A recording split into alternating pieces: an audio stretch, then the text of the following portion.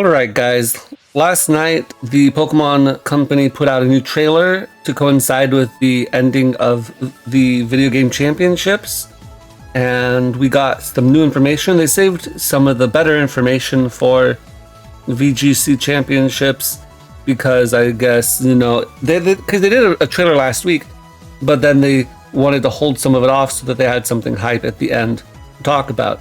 And I didn't make a trailer breakdown of last time because it wasn't particularly interesting, but I think that today's is more interesting in terms of what ifs and how things will break down. Plus we get to talk about some of the stuff that was shown off or teased a little bit in the previous trailer again. So let's get into it.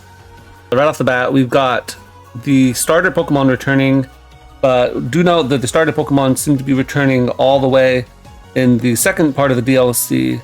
So we'll have to wait a while for them to come out all the way. I do want to talk quickly about all the different starters and what I think, what kind of impacts they'll have and which tiers they might end up in.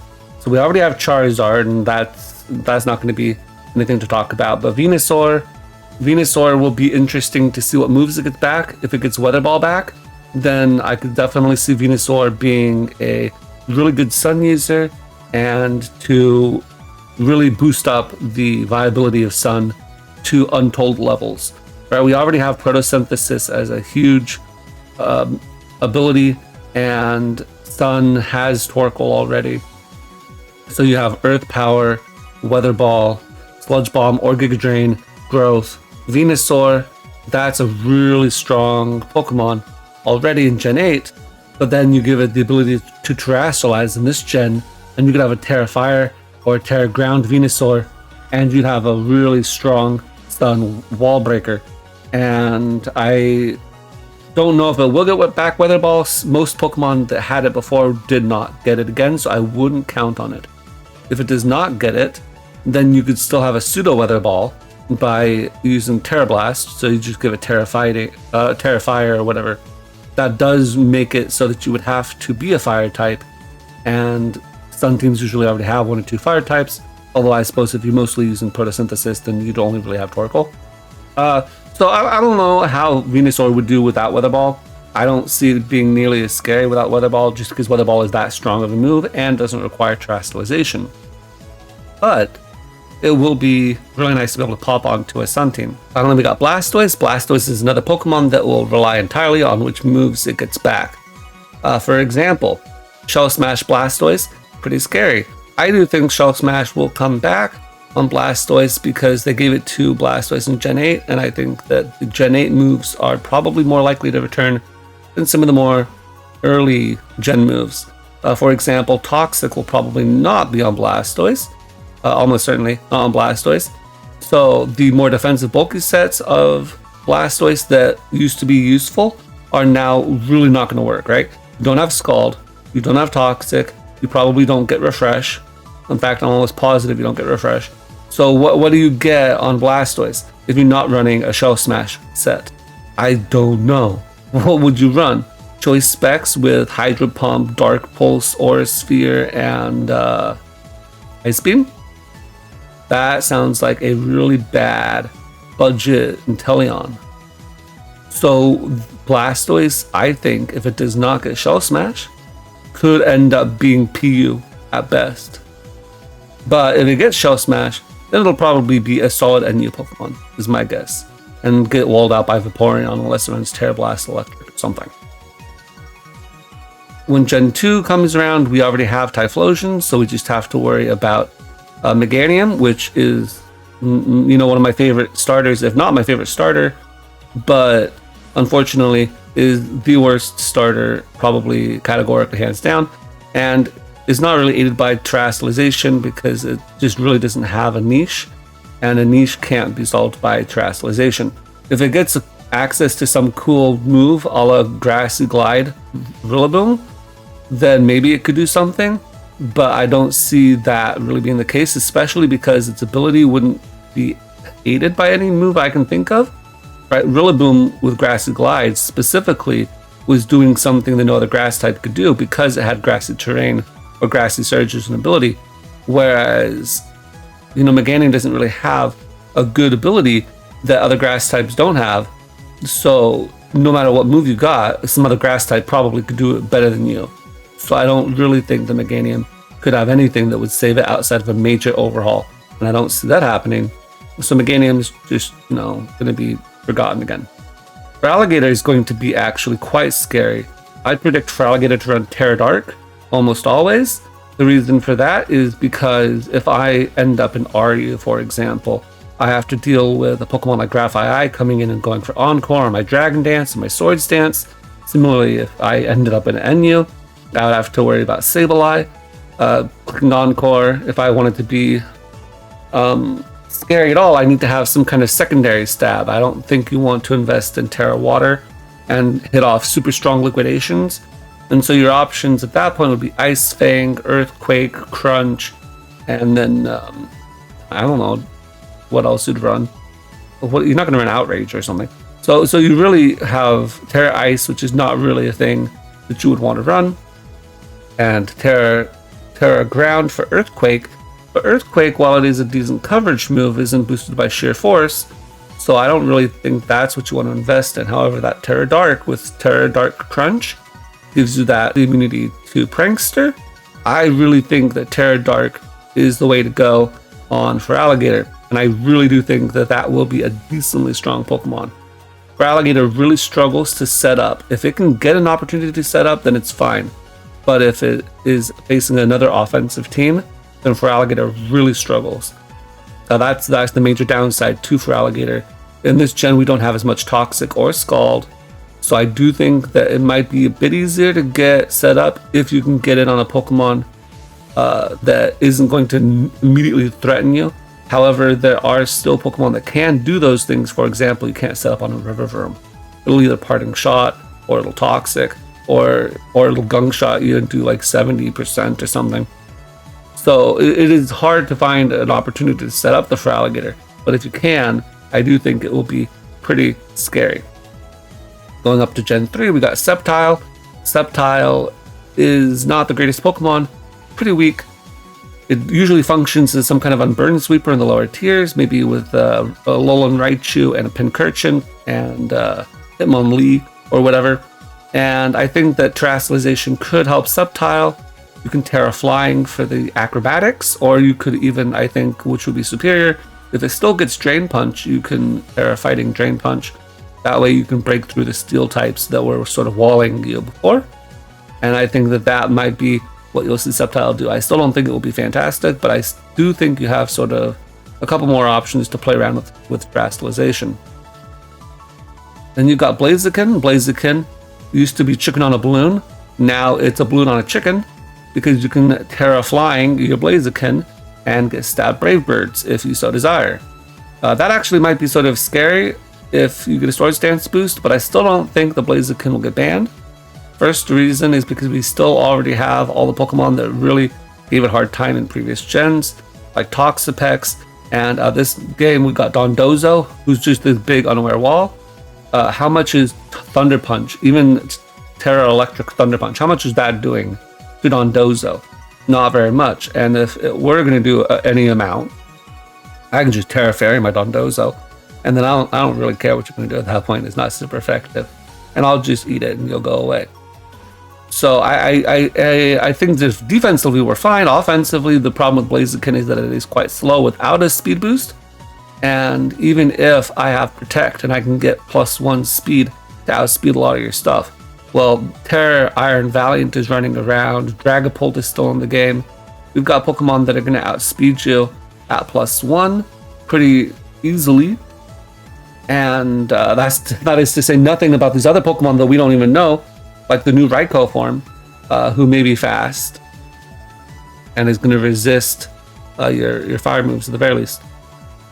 So I think the Blaziken will probably be fine in OU. I don't even know if it'll be good in OU, but I think that it's not going to get banned from OU is the main thing, even with Terastallization. Finally, we got Swampert. Swampert is an interesting case because Swampert's always been a very solid Pokemon because of his typing. You're not probably going to want to Terastallize Swampert. Tera Poison if you must. That way you don't get toxic, I guess. But I really don't see Swampert being that strong. of a Terastallization user, and I think that Swampert sort of got propped up in the previous gen. In Gen 8, I think it would have fallen down to a lower tier if it hadn't had Flip Turn. Flip Turn was what made Swampert actually a really good pivot, because I can come in and take a Heatran's move, I can Flip Turn out as I threaten it, and I can play long-term games like that. If Swampert does not retain Flip Turn, I do think it'll fall down to Ario or something. It really depends on what kind of moves they give Swampert. Going up to Gen 4, we've got Infernape. Infernape is the one I'm probably most excited for, just because Infernape is my favorite Gen 4 starter. I also really like what Infernape can do with Terastallization. You give it Terra Electric, now it's got a really strong Iron Fist boosted Thunder Punch, and you can also go with those Blaze boosted Flare Blitzes or Overheats. And Infernape is a little bit faster than Blaziken right out the gate. I definitely don't think it's going to be an OU Pokemon. It wasn't in previous gens, so I think it's probably going to be more of a UU tier Pokemon, but it's still going to be a pretty good one, I think. Next up, we've got the Penguin. I don't really see Empoleon doing too much with Terastallization, just because it really does like its Water Steel typing. If it gets a Roost, then we can have a conversation at that point. But just because you get something in Pokemon Legends Arceus doesn't mean you're going to get it in Scarlet and Violet. If you do get Roost on Empoleon, then I think it could be a pretty interesting Pokemon on more bulky offense. Like if it gets Defog and Roost, and then what else do you run, right? Because right off the bat, if you get Defog and Roost, then we can see some kind of use case for Empoleon. But if you don't get Defog, then you're not really a hazard remover. I guess if it gets Stealth Rock, it could be a hazard setter that's not a ground type, which is somewhat unique. But, and then you don't get Scald. That's the big one. You don't get Scald. It never really wants to run Flash Cannon. Are we really going to run a Defiant Empoleon? I don't think that Empoleon is ever a good Defiant user outside of memes. So, defensively, it still has good typing, but I don't know what kind of moves it's going to get back. And if it does get good moves, then it could be good. And if it doesn't, I really actually think it's probably going to be like Ario or even Enyu. Because you don't have Scald, you're not an imposing special attacker. And so what utility do you offer the team? It's sort of hit or miss for Empoleon. And then we got Torterra. And Torterra, while it could get out of its terrible typing with some kind of like Terra Water Terastallization, it is probably going to be very low tier, PU, maybe NU Pokemon. NU has a solid niche of resisting Sandaconda and being able to come in and just soak up a bunch of physical hits like Sandaconda would. So it's not terrible, I think, but what are you going to do with it? If it gets Shell Smash, if they finally remember that Torterra is a turtle and has a shell, then Shell Smash could make it a little bit scary, but if they don't do that, then what are they going to give it? I don't really see it doing too much, personally.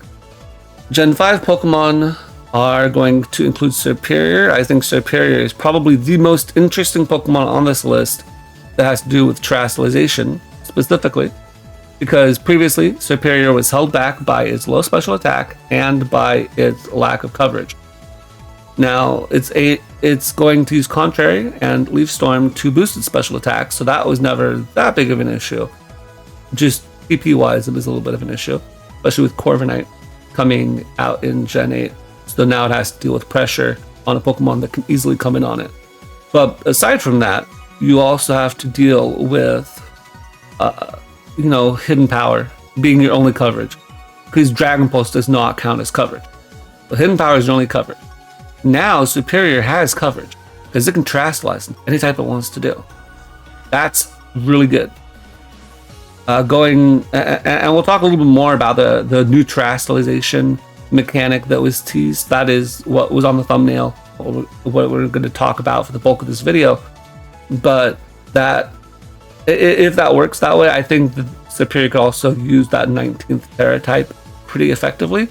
But otherwise, I think Tera Fire or Tera Electric, because you want to beat Toxapex, you want to beat the Corviknight. Otherwise, they're going to haze you or just pressure stall your Leaf Storms, and then you can have no attack left. But I think that definitely that could work if your Superior is not even running just the normal Leaf Storm sub Seed Glare set. But again, Corviknight exists in this gen, and it did not in previous gens. So I don't really see that particular set being that good when Corviknight is still a decently strong Pokemon, and if Superior were in the meta at all, Corviknight usage would just spike immediately, and then it would no longer be in the meta. So Superior may drop down to UU. Maybe UUBL, I think, is probably where it will end up. Next up, we've got Samurott, who we already have, and then finally Emboar. Emboar is a sad case of a Pokemon with a really stupid ability, because Reckless, although it's good on paper, and although it may be good on Staraptor, which is fast, Emboar is not a fast Pokemon, it's a slow Pokemon, so it's usually going to have to take a hit and then dish out a Reckless boosted hit, and Reckless means that you're killing yourself faster. So Terastallization is not a good thing to put on Emboar, because yeah, Tera Fire, my Flare Blitz, is really strong now. Cool, now I'm dead and I wasted my Tera. Even if I killed a Pokemon of yours, unless that Pokemon just wrecked my team, then I've just wasted my Tera entirely.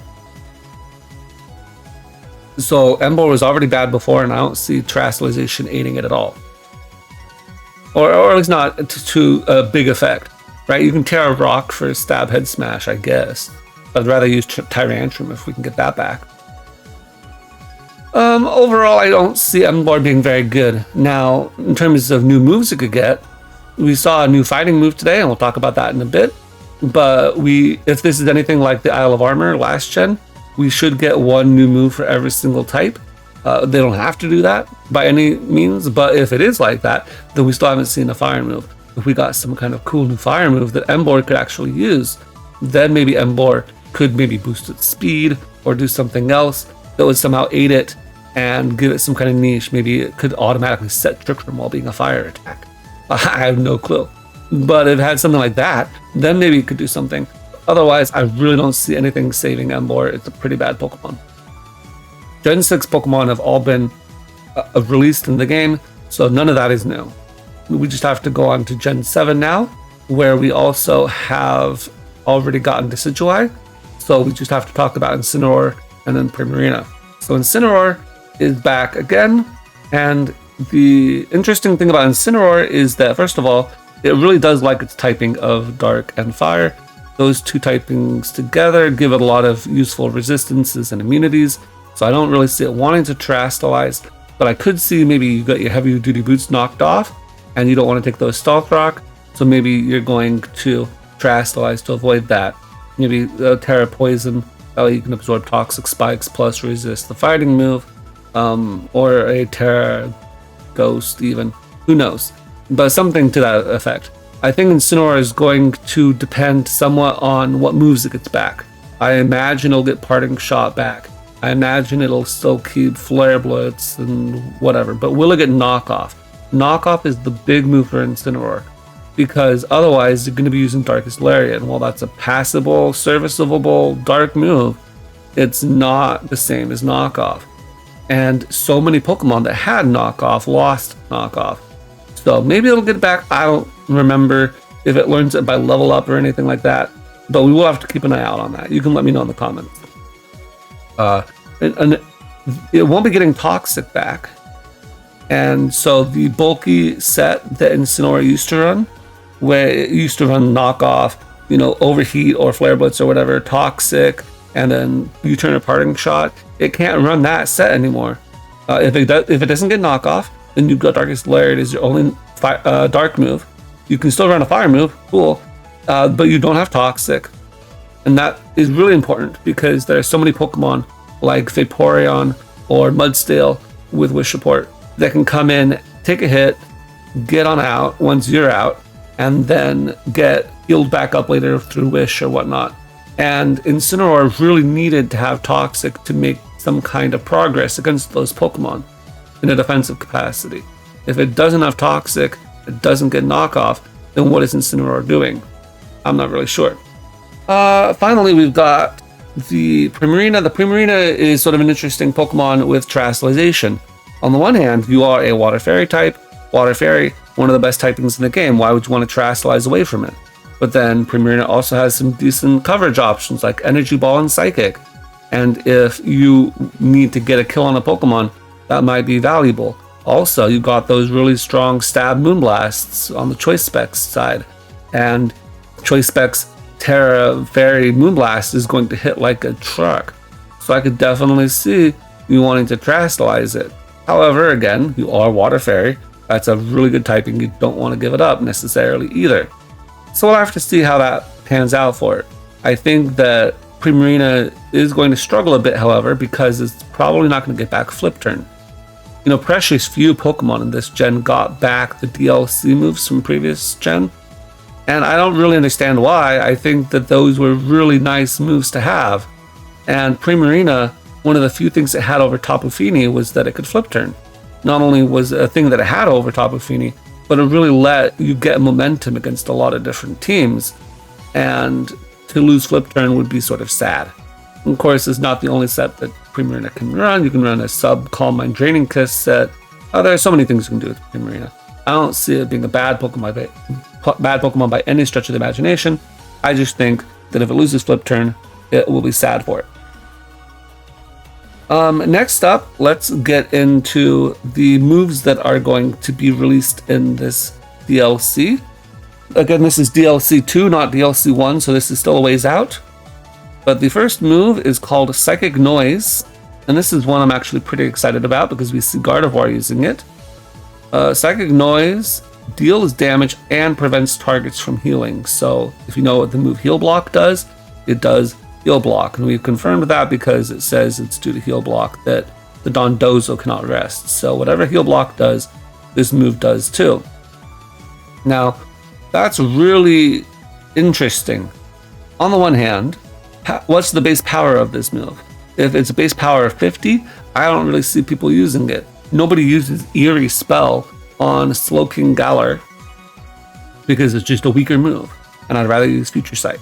It just doesn't fit the playstyle, and it's a weak move. But Psychic Noise, on the other hand, if it is a decently powerful move, even if it is just 80 base power, the fact that I can stop you from healing off is really good. So check out this Blissey set, or not Blissey, but it's to counter Blissey specifically. Got Gardevoir out.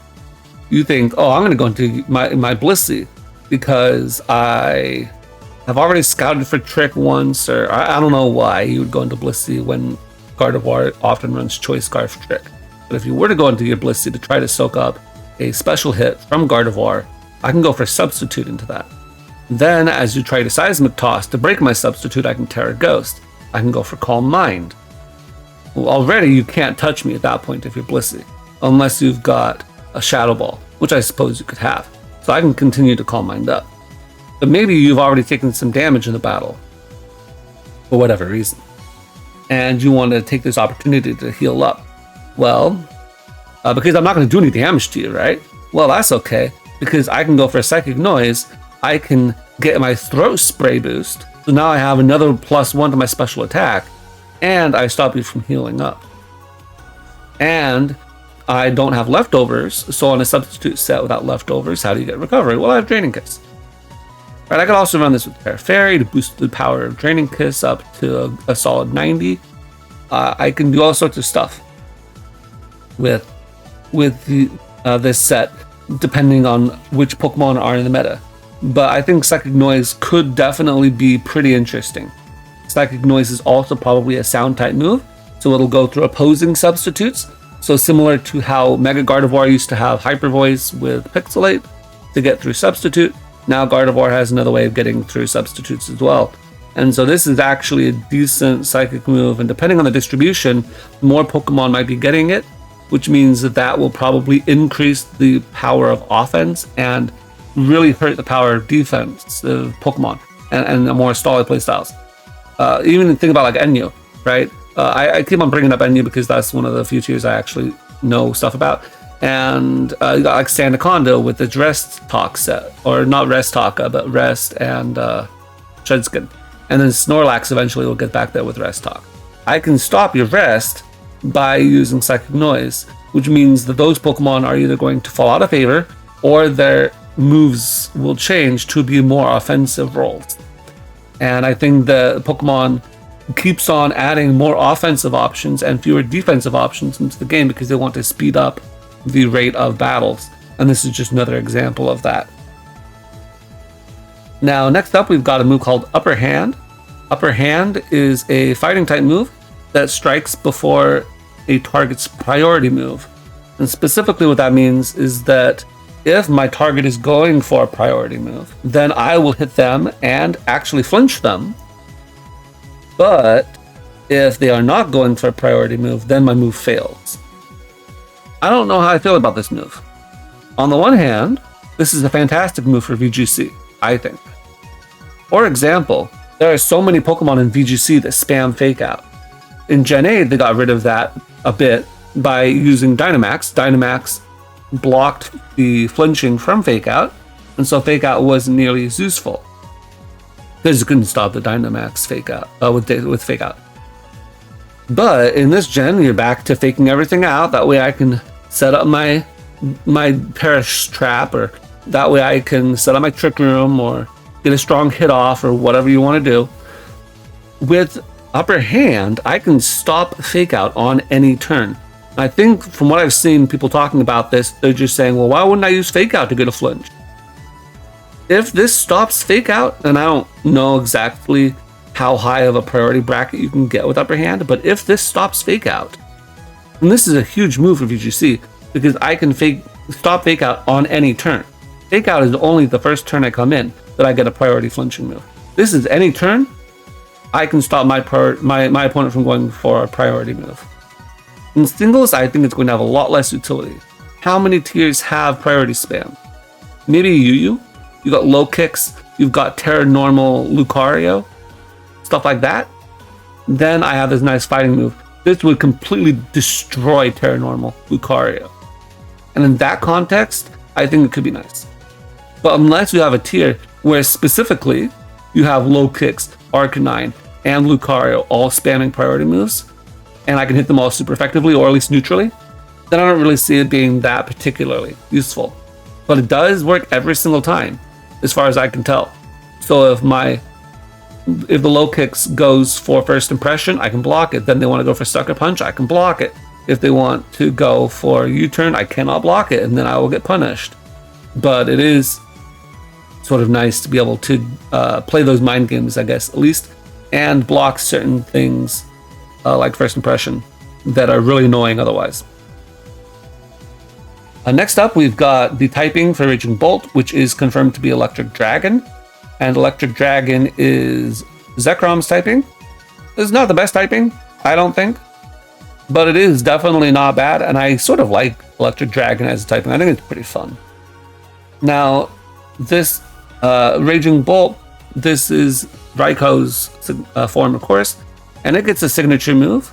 Previously, people were thinking that all of the Paradox Beast Pokemon would get something sort of akin to Hydro Steam, and all of the Paradox Future Sword Pokemon would get something similar to Psyblade, but that has proven not to be the case.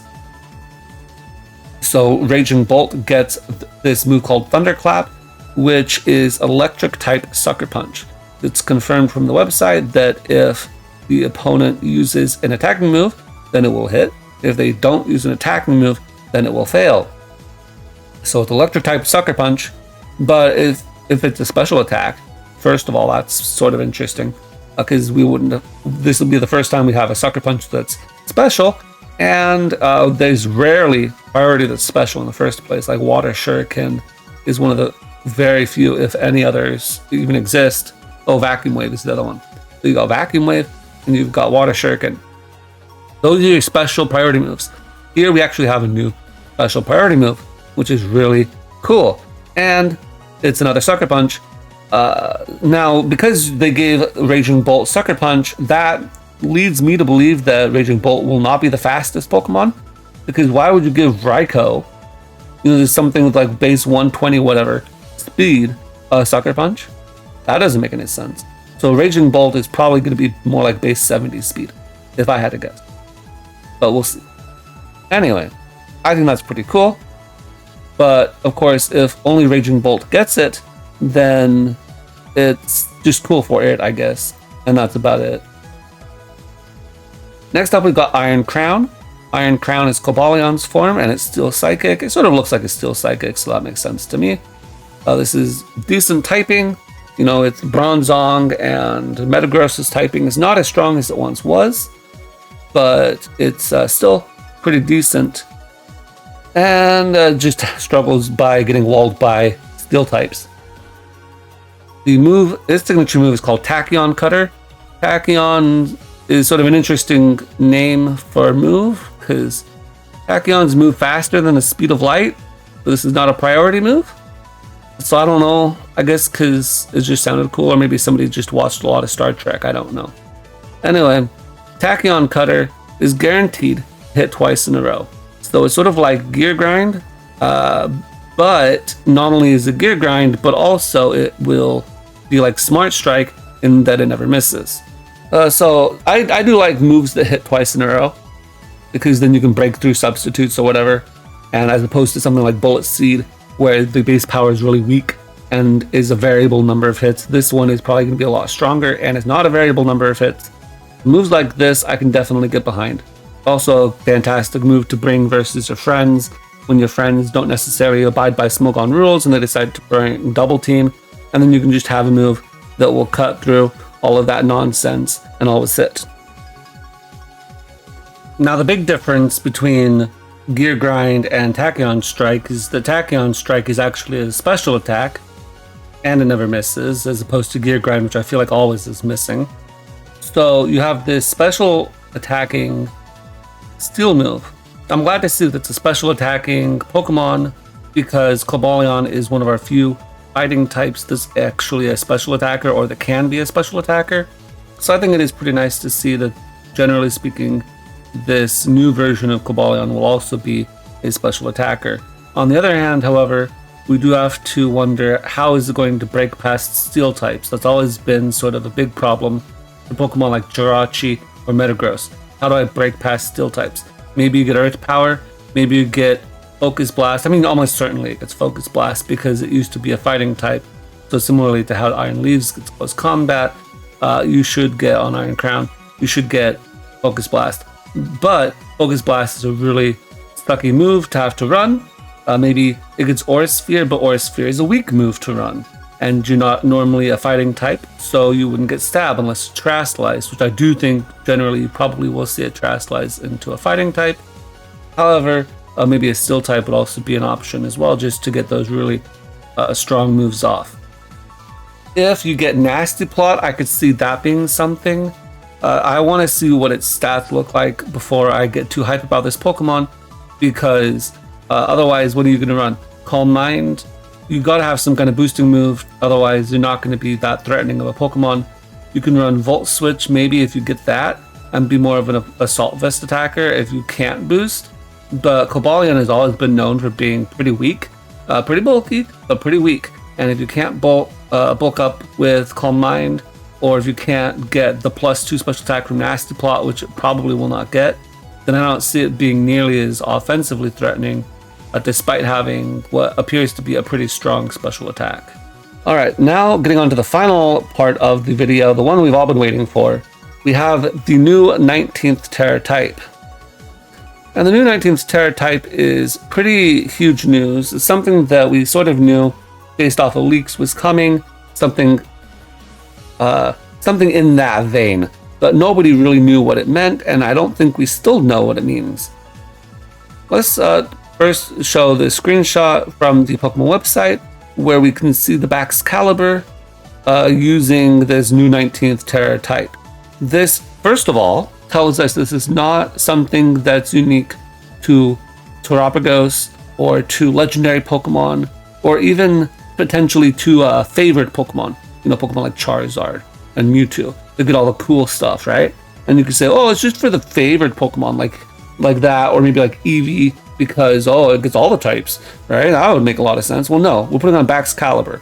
which, while it is a pseudo-legendary, is by no means a favored Pokemon.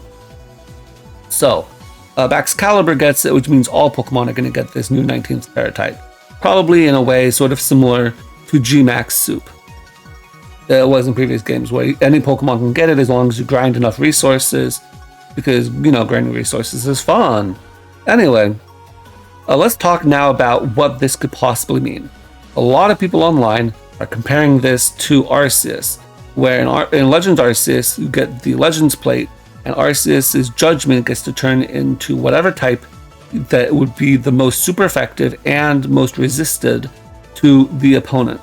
So if I'm fighting a fire type, I would turn into a water type, because not only is water super effective against fire, but also water resists fire. And if I'm fighting a Spiritomb, I can turn into a fairy type, and judgment will become Judgment Fairy and hit the Spiritomb. And I don't know what would happen if it hits Electros, because in that game you didn't have abilities.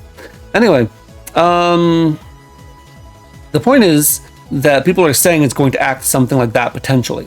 They're not saying it will for sure, and if they are, they don't know what they're talking about, but people are speculating that. But there are a few problems with this theory.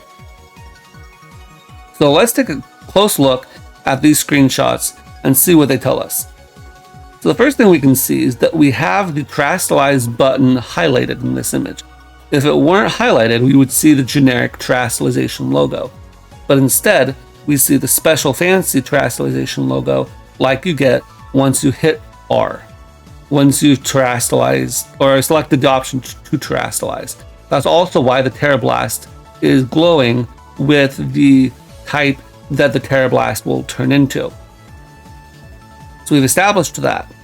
Let's look at the moves that this Baxcalibur knows. It knows Dragon Dance, that doesn't matter.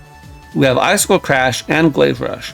They both show super effective because we are fighting a Dragonite. Now, on the other hand, Tera Blast shows as being neutrally effective. Now, there are different types that Dragonite would be hit by neutrally, like Electric or Psychic or Ghost, right? There are moves that hit Dragonite for neutral damage, but this Tera Blast is coming off of the 19th Tera type, so it's none of those necessarily.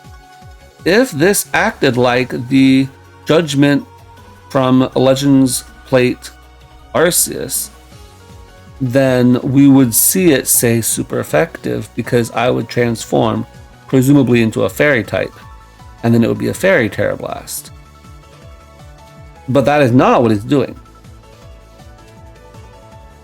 Now, if we look at what the game currently does, because one of the things I was thinking was maybe Tera Blast just doesn't show super effective before it hits the Pokemon. But we can see that currently in the game, we have here my Vivillon. I have the set up, but I just haven't changed the Tera type of the Vivillon, so it is a Tera Bug. If I don't click on the Tera button, then Tera Blast is a normally effective move because it's just normal type, special 80 power on a Rookity. But then if I click Tera, then it turns into a Bug move, and Bug is resisted by flying types, so now it shows as being not very effective. So we can see here that if we compare that to the screenshots from the website, that once I've clicked R, I should be able to see what type of effectiveness this will do to the opponent. Now, you could argue that with Legends Arceus and the Legends plate, you didn't necessarily know what type you were going to be before, or whatever. That is not the case. If we look at Legends Arceus, we can first of all see that I know before I hit this Pokemon what type I will turn into. I'm currently a normal Arceus. I'm going to turn into a ground type Arceus, because ground is super effective against electric. And not only that, but then I can see as well that I'm going to be super effective on this Pokemon. So it tells me both the typing and the effectiveness of the move before I've even transformed into that type. So, with all that being said, technically, Scarlet and Violet doesn't have to act the same as Legends Arceus, but I don't see any reason why it wouldn't. especially because it basically already acts like that with Tera Blast. So this Tera Blast is hitting for neutral effectiveness on the Dragonite, which means that my Baxcalibur is not magically transforming into a Fairy type upon terastallizing into the 19th Tera type. So it's not going to act like a Legends Plate. Now, what options do we have left? If it's not going to act like the Legends Plate, what would this 19th Tera type be? Well, one option that I came up with that it could do is it could act like Protean. Maybe I use a different move in my arsenal. Maybe if I go for Icicle Crash, once I'm terastallized, I will turn into the Ice Tera type and I get Super Stab on my moves, and then my Tera Blast would turn into an Ice Tera. But if that were the case, then why in the world would I use Tera Blast? It would be awful, because I already have a move of that type. The only thing I could think of is that maybe if I used Greninja with Spikes, and then the Spikes turns me into a Ground Tera type, and then my Tera Blast becomes Tera Ground, and then I can use Tera Blast Ground because I don't have anything outside of Dig. That's the only option I could think of in which this would be useful with Tera Blast. I don't think that's the case. I've seen some people speculating that potentially this could be all the types mixed together. The problem with that is that even if you can remember which moves hit you for super effective or resisted or whatever, the problem is that when I hit the opponents will have a whole menagerie of single and dual typings that I have to remember now. Oh yeah, how does a Bug Flying get hit by this Omni type move? And how does a Rock Ground get hit by? Oh well, it's immune to that. And also Bug Flying would be immune because it would be immune to ground. And how does a Fairy type get hit? Well, it's immune to that. And how does anything that's immune to any type or an all type move, if it's all the type mixed together, will be immune to it, because the Ghost, a normal type, a ground type, a still type, there's so many types that are immune to something. They would be immune to a move that did that. So I do not believe, and I strongly do not believe this, that this is a typing that combines all previous types, because it would be terrible offensively, and even defensively it would have a lot of immunities perhaps, but it would be a nightmare to try to remember, oh, what are my weaknesses, what are my resistances? And as a ostensibly kid-friendly game, I don't think Pokemon wants to do that either. What do I think this is? I think this is the true neutral typing. This is a type that has no weaknesses, has no resistances. This is the typing that Arcanine becomes when it uses Burn Up. So this typing will be you can call it question mark typing. You can call it whatever you want. But this is that pure neutral typing that struggle damage is based off of. And I think that we have that infrastructure in the game already, because we have struggle, we have Burn Up Arcanine. And so all you have to do is say, now you are that type.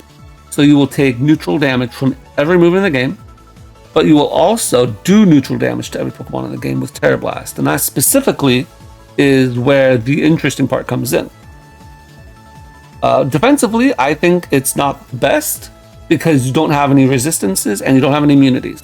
I think it's much better to be able to play around with your resistances and your immunities, and even if you have a couple of weaknesses here and there, it's just fine because you have a niche, you have a role, right? Tyranitar never really struggled defensively when it had a thing to defend against. When Blacephalon is in the game, Tyranitar can come in and eat Blacephalon's hits because it resists them both. If Tyranitar were to terastallize into this 19th Tera type, it would be a worse defensive Pokemon because it couldn't do the job it was meant to do. But offensively, this would be a basically Super Shadow Ball. I'm assuming, first of all, you will get Stab on this because you will be the 19th type, and this Tera Blast would be of the 19th type. So you should get a 19th type Stab boost. First of all, that's good. And then Shadow Ball, if you are not aware, is a pretty decent move in competitive Pokemon because what Pokemon resist or are immune to Ghost? You have normal types, okay, and dark types, okay. And that's it. So, Ghost is actually really spammable because there are not very many switch-ins to Ghost. Now, it may not be super effective against much. It's super effective against Ghost and Psychic, but it's not resisted by Flying, it's not resisted by Ground, it's not resisted by Dragon or Fairy, it's not resisted by very much at all. So it becomes a very spammable move because show me your switch-ins to Specs, Dragapult, Shadow Ball. Better be a normal type or dark type, or a very specially defensive Pokemon just generally. Otherwise, it's not going to take that hit very well because it's a neutral, non-resisted hit. And if this move is a neutral, non-resisted hit, then it doesn't matter what you go into, I'm going to be able to bust past you with sheer overwhelming power, like Excalibur is wont to do. So I can have a really spammable move. It's not the strongest move, and as opposed to Shadow Ball, I don't even have a secondary effect. So it's not going to be the most busted strategy, but it will be something that will enable certain Pokemon that maybe don't have the best coverage to just have Omni coverage. Because no matter what Pokemon you go into, I can hit it. It doesn't matter if I'm an electric type and I get walled by ground types, because before I would have to be like, oh, do I want Hidden Power Grass or Hidden Power Ice? Now it doesn't matter, because as long as I have this 19th type Tera Blast, I can just hit you. It's not going to be super effective, but if I'm strong enough, I can just hit you and then you die. Hopefully that's the idea at least. So getting back to what I mentioned before with Superior, if Superior goes for Leaf Storm, now it's a +2. I have a decent special attack stat now. I can Terastallize into the 19th Tera type. I'm not going to be weak to anything. I'm also not going to resist anything, but Superior already had pretty bad typing to begin with, so it's probably an upgrade from that. And then I get this strong Tera Blast, and it's not going to be resisted by anything. So I don't have to worry about you going into your Dragapult, because I will hit you. I don't have to worry about you going to your Corviknight, because I will hit you. I don't have to worry about you going into your Toxapex or into your Mungus, because I will hit you. No matter which typing you have, I will hit you for neutral damage and presumably stab as well. I think that's what this 19th Tera type is. Will it become over-centralizing to the point where we don't see any other Tera types? No, I don't think that's the case.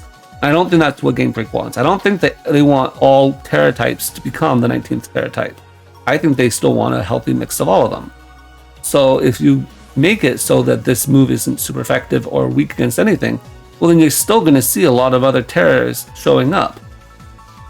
But if I want a catch-all on a defensive Pokemon like Kingambit, who I don't have to guess, should I run Tera Flying or Ghost or Poison or whatever, I can just run Tera 19, whatever we're going to call it, and then I'll just be neutral and I'll rely on my bulk to eat a hit or two. I can put on an offensive Pokemon and just spam a really strong move, or at least decently strong if I'm a strong Pokemon. I think that will have a place, but if I want specifically to have one type of coverage or a defensive typing like Fairy that's much more useful, then I would still be running those other types. And so I think that is what we're going to see. We're still going to see a lot of other normal Tera types, but then certain Pokemon will be running this 19th Tera type. Finally, we have to ask, will this be what breaks the camel's back and makes Tera busted? Is this going to make it so that Tera gets banned in Scarlet and Violet? My answer to that is maybe. First of all, we have to see which Pokemon are returning. This will be with the second DLC, so by the time the first DLC comes out, if we get enough busted Pokemon out there that people just get fed up with Terastallization in general, it's possible that Terastallization won't exist as a mechanic by the time we get to the second DLC. I don't foresee that happening because I don't think that we're going to get super strong Pokemon in the first DLC as opposed to the second one. I think the second one is where all of the legendaries and stuff will come in. So I think the second one will be the one to bring in the extra power necessary to tip terrestrialization as a problem, as opposed to just a few problematic Pokemon with terrestrialization. However, with that being said, if this terrestrialization specifically aids all strong Pokemon to be stronger, right? It doesn't matter if I'm Back Caliber, if I'm Iron Valiant, if I'm Spec Citran, if I'm Doug Trio. Like the point is that if I'm a strong Pokemon with a strong attack stat that can come in and then whop you with a no matter what, I will hit you for unresisted damage, then that strategy applies to all those offensive Pokemon. And this specifically might get banned. Or they might, by that point, already be having problems with, the Ultra Beasts come back and they're busted with Tera. And we have a bunch of other Pokemon that get busted with Tera all at the same time. Who even knows? If that happens, potentially it could get banned. I don't know if at that point in the metagame people would want to ban it, simply because we'd already gone so far and there's a lot of inertia saying that we should keep it, but maybe they would just ban a specific part. Or maybe, as it turns out, that having a neutral unresisted hit is nice, but isn't necessarily the end-all be-all when it comes to getting the end game win condition that you require. In which case, maybe you would find that it's just an option that's pretty good. And so I don't really see it being the tipping point for Tera, but it's possible. And so I'm keeping my options open on that. Anyway, that is my thoughts about today's video, and I just wanted to put my thoughts out there on the subject, but I will leave it at that, and I'll catch you guys next time.